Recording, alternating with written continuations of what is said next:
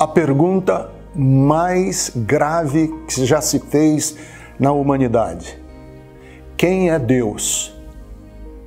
Responder essa pergunta é de uma profundidade, de uma complexidade enorme. Mas deixa eu complicar a pergunta ainda mais. Quem é Jesus? Essa pergunta fez com que concílios, com que teólogos se debruçassem sobre a afirmação paulina. O apóstolo Paulo disse: olha, isso é loucura e isso é escândalo. É loucura para gregos e é escândalo para judeus. Quem é Jesus? Uma loucura e um escândalo. Responder essa pergunta. Por quê?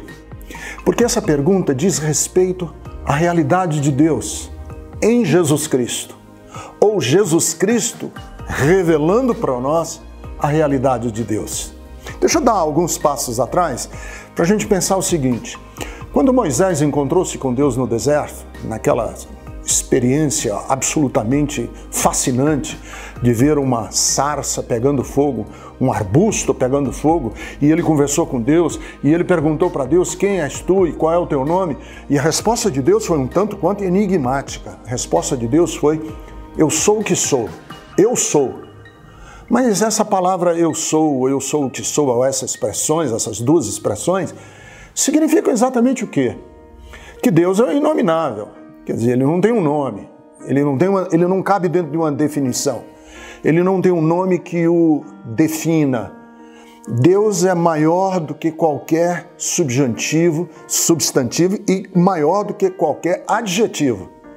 Dizer eu sou foi muito mais do que uma resposta, um convite a um enigma, a um mistério.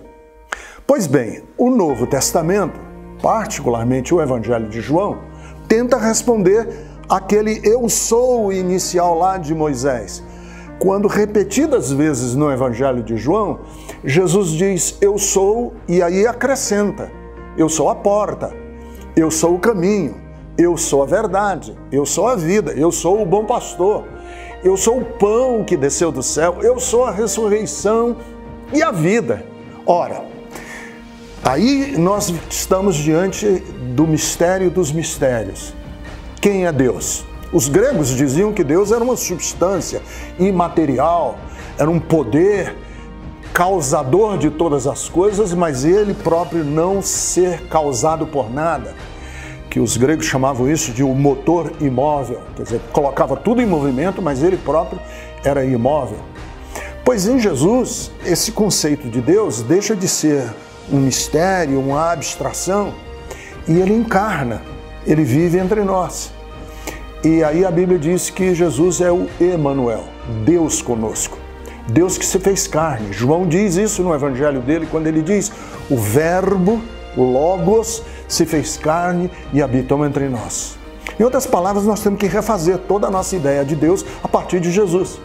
Porque em Jesus nós não conhecemos Deus mais como uma abstração. Nós conhecemos Deus a partir de uma relação dele conosco dentro da vida.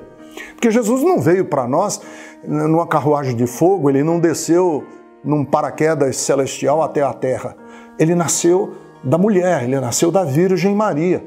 E ele próprio se chamava de o Filho do Homem. Então, quando a gente fala de Jesus, nós estamos falando de Deus relacionando-se com a vida, dentro da vida. É o Deus encarnado. E isso quer dizer que Deus sai da sua posição excelsa de trono para vir esvaziado. Filipenses capítulo 2, ele se esvaziou, tomou a forma de homem e viveu entre nós. E aí nós entendemos o amor de Deus, que entra na dimensão humana, vive a dimensão humana com a radicalidade total do que significa ser humano até a morte e morte de cruz. Isso é uma boa notícia. A boa notícia para todos os homens e todas as mulheres. Deus não vive numa distância sideral da gente, Deus não está escondido em algum canto do universo. Deus se fez gente, ama, ele não se fantasiou de gente, ele encarnou como pessoa e morreu realmente, ele morreu com realidade a morte da cruz, para que todos nós saibamos que o Deus que nós servimos é o Deus da compaixão, é o Deus dos relacionamentos, é o Deus que põe um ombro junto com o nosso ombro para carregar as cargas, para carregar os fardos, o jugo da vida.